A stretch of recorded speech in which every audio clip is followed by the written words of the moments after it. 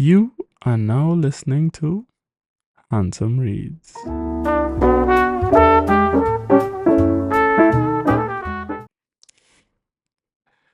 Hey, loved one.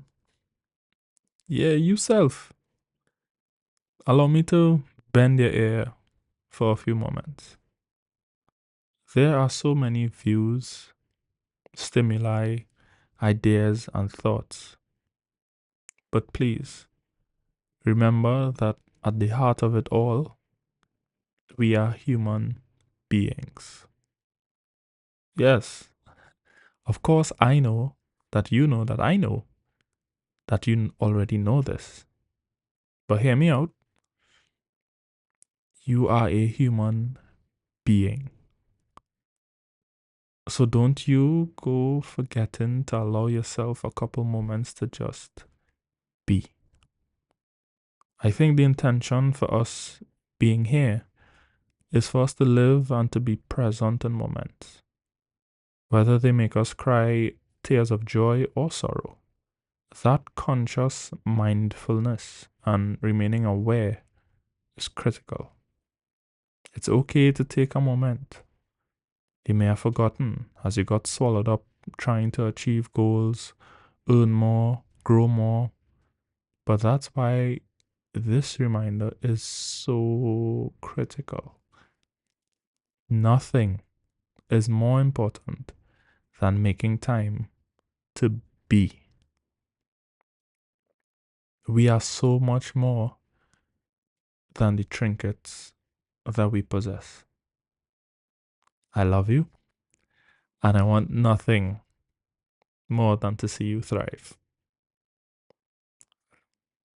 Welcome back to another episode of Army of Sin, where your handsome host, S.K.A. Obasi, reads to you his original works.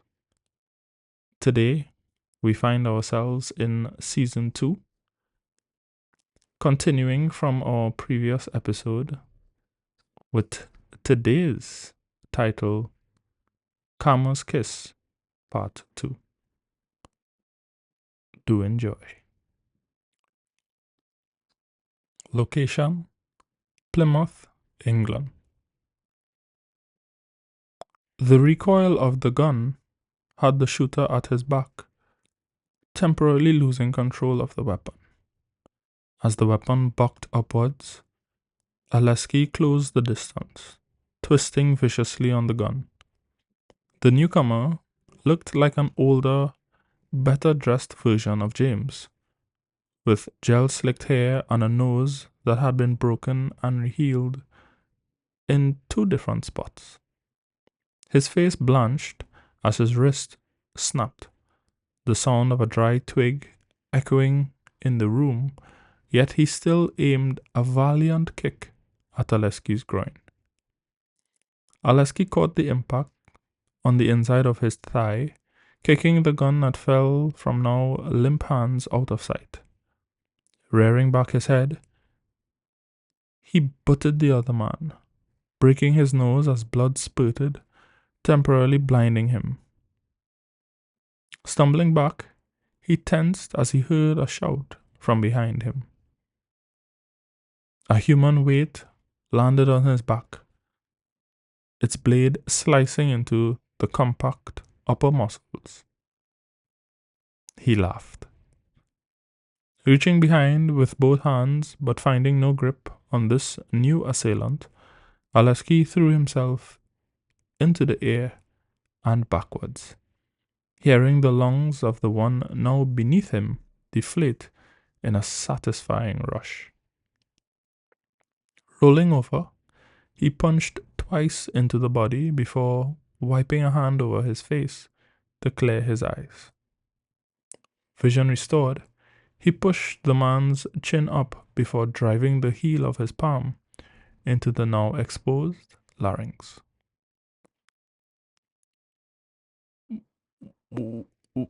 "What are you?" James blubbered, his previous confidence now whittled as he locked eyes with impending death. This juggernaut that stalked towards him wore his cousin's blood on his face, with a now dead man's knife buried in his shoulder, yet he moved as if he felt nothing. Retribution, 𝐵𝐔𝐾 whispered in his mother tongue, as he withdrew the knife that jutted out just above his shoulder blade before wiping it on his pant leg. Advancing to where James sat transfixed, James's bowels moved without invitation. 𝐵𝐷𝐾 woke with a jolt, fist still clenched as if really holding a blade. The jerk of his body drew a startled sound from the exhausted woman sprawled over him before settling back into her sleeping rhythm. 𝐵𝐷𝐾's hand swept soothingly along the small of her back before he eased his body from beneath her weight. He allowed himself one last stroke of smooth skin before pushing from the bed and onto his feet. Removing the used condom he had dozed off, still wearing, he neatly stuffed it back into its torn pocket. Sliding into his clothes, he scanned the room for anything holding the slightest hint of his presence. Satisfied that there was nothing, 𝐵𝐷𝐾 opened the door, quietly sliding his body through the space before closing it behind him. Safely back in his room, 𝐵𝐷𝐾 quickly showered before assembling his belongings into the travel backpack he carried. Taking a swig from one of the water bottles at his bedside, he strode over to the door that led to Mr. Denomo's room. "Come!" called his mentor's voice before his knuckles made contact with the door. Henri sat on one of the plush couches decorating the suite, hair damp from a recent shower, already wrapped in yet another executive suit. His dark green blazer and matching pants held a slightly silver sheen, plain white shirt beneath the blazer. On his feet, a pair of light brown shoes, the color mirroring that of his almost bronzed complexion.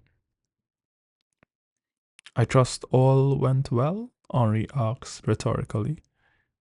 "Sire, the hefty Russian began. "There was no need to explain," the older man replied, light catching the deep green of the gemstone on his raised hand he used to dispel 𝐵𝐷𝐾's gratitude. "I have something for you," he continued, hands now lovingly stroking a wooden box that had materialized on his lap. Henri lifted the lid toward him before turning it to face the young man standing before him.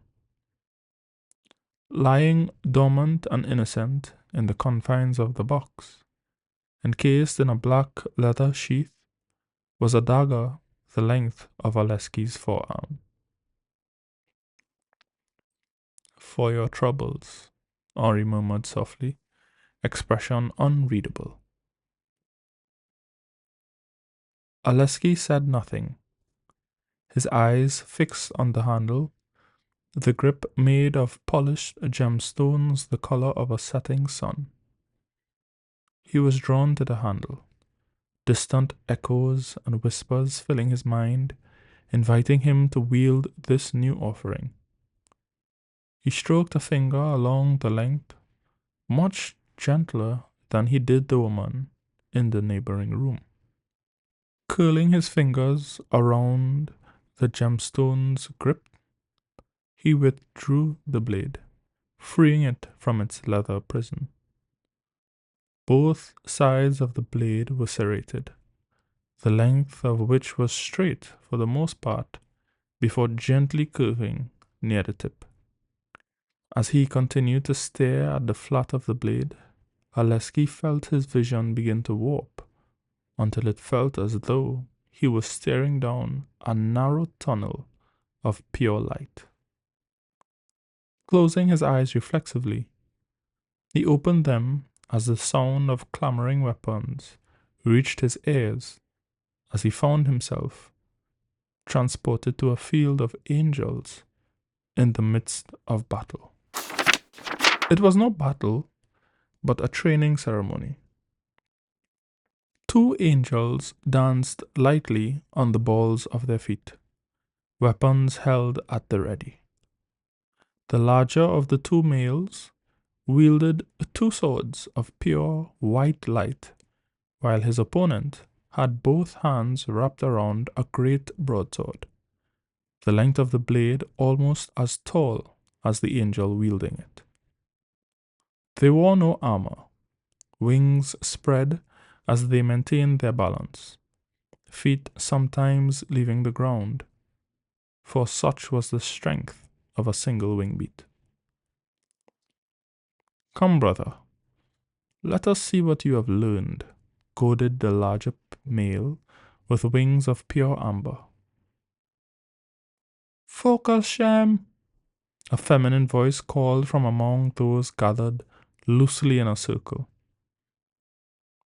"Here I come," shouted the leaner of the 2 angels, broadsword held out in front of him. 𝐵𝐔𝐾𝐒 felt his mind snap at the sound of that voice, the same voice that had changed his life 2 years ago. As the vision began to fade, he took a mental snapshot of the angel wielding the broadsword. The image of golden brown skin, warm brown eyes, and curling strands of hair pulled back, the ends brushing against the skin between his shoulder blades. As for his wings, the 2 pairs of them were a deep burgundy, almost the color of red wine. As the vision faded, the last he saw of the being that he called his sire was him lunging, blade first, at the other angel, smiles on the faces of both fighters. Still reeling from the image, 𝐵𝐔𝐾𝐒 dropped to his knee before the beloved presence before him. "Who are you?" he asked in an awed whisper. "Who were you?" "Who I am is a far cry from that vision. Who I was is of little importance," Henri replied, rising from his seat. "That dagger, however, is a remnant of my broadsword, a mere shard." "I thank you, sire," 𝐵𝐔𝐾𝐒 replied with a bowed head. "Come now, my boy," Henri patted the kneeling man's shoulder. "Let us depart." As his aide fell into step behind him, Henri couldn't help but remember how similar the taller man's size was to that of Michael the Archangel. End of episode. I hope that you enjoyed this 2-part series within the overall season 2. I hope that it answered some questions and that it created some new ones, and that you, like me, look forward to our next rendezvous.